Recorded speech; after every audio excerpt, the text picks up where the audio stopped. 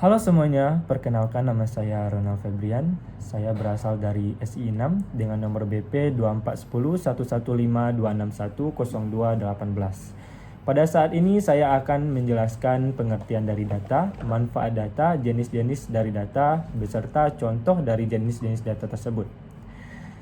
Baiklah, dimulai dari pertama, yaitunya pengertian dari data. Data adalah sekumpulan fakta, angka, simbol, atau karakter yang dikumpulkan atau dianalisis dan digunakan sebagai dasar pengambilan keputusan. Data bisa berbentuk angka, teks gambar, suara, atau video.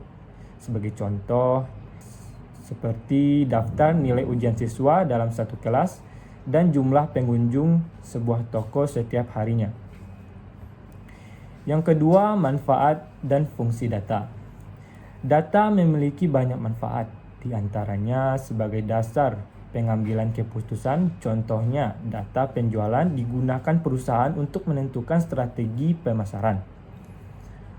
Untuk analisis dan evaluasi, seperti data kesehatan pasien yang digunakan dokter untuk melihat perkembangan penyakit. Yang ketiga, sebagai informasi, sebagai sumber informasi. Misalnya, data cuaca digunakan untuk memprediksi kondisi iklim di masa depan.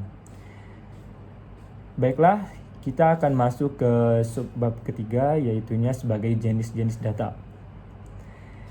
Yang pertama, jenis data berdasarkan cara mendapatkan. Jenis data ini dibedakan berdasarkan cara data tersebut dikumpulkan. Apakah langsung dari sumber utama atau melalui sumber yang sudah ada sebelumnya. Di kali ini berdasarkan cara mendapatkannya dibagi menjadi dua, yaitunya data primer. Data yang diperoleh langsung dari sumber aslinya, biasanya melalui observasi, wawancara, atau survei. Sebagai contoh, hasil kuesioner tentang kepuasan pelanggan terhadap layanan restoran. Yang kedua ada data sekunder. Data yang dikumpulkan oleh pihak lain dan digunakan kembali untuk keperluan tertentu. Sebagai contoh, laporan keuangan perusahaan yang sudah diterbitkan sebelumnya. Baiklah, yang kedua berdasarkan sumber. Jenis data ini dikategorikan berdasarkan asal informasi, apakah berasal dari dalam organisasi atau dari luar organisasi. Di sini juga terbagi menjadi dua bagian, yaitunya data internal dan data eksternal. Data internal, yaitunya data yang berasal dari dalam suatu organisasi, perusahaan, atau institusi yang digunakan untuk keperluan internal mereka. Sebagai contoh, data absensi karyawan dalam sebuah perusahaan. Yang kedua, data eksternal. Data yang diperoleh dari luar organisasi atau perusahaan sering digunakan sebagai referensi atau perbandingan. Contohnya, data inflasi tahunan yang diperoleh dari Bank Indonesia. Masuk yang ketiga, yaitu berdasarkan waktu pengambilan. Jenis data ini dikategorikan berdasarkan bagaimana data dikumpulkan dalam suatu periode waktu.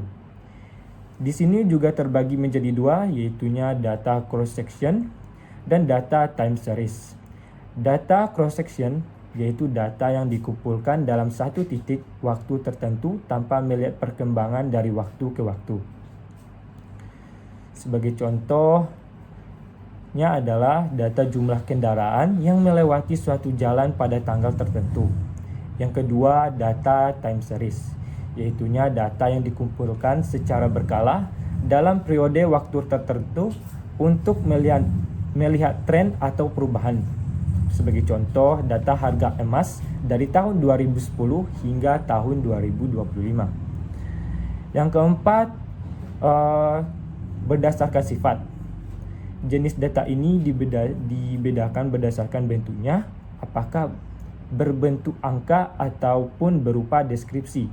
Data ini juga dibagi menjadi dua bagian. Yang pertama yaitu data kuantitatif dalam bentuk Itu data kuantitatif adalah data dalam bentuk angka yang dapat dihitung atau diukur. Sebagai contoh, jumlah mahasiswa dalam satu kelas.